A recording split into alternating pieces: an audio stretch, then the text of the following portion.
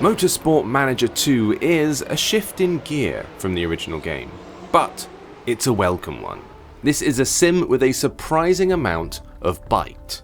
You take charge of the day-to-day runnings of a racing team. That means buying and building new parts, hiring new staff, and developing your headquarters. As well as that, you make all the big decisions on race day. It's a huge juggling act. Keep your sponsors happy, keep your drivers happy, and make sure you're working your way up the grid. It's no small task, but the game manages to make everything manageable and, perhaps more importantly, very entertaining. Once you've picked your team livery, you're dropped straight into the hot seat.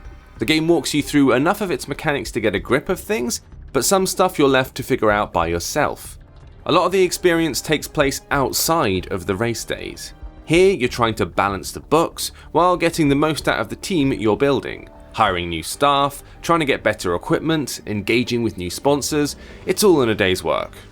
And then you get to the race weekends, and you see if your hard work has paid off.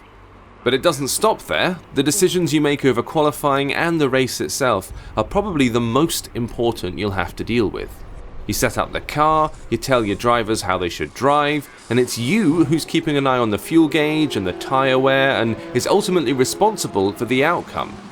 You can't just push your drivers as fast as they can. Different tracks demand different combinations of aerodynamics and gear setups.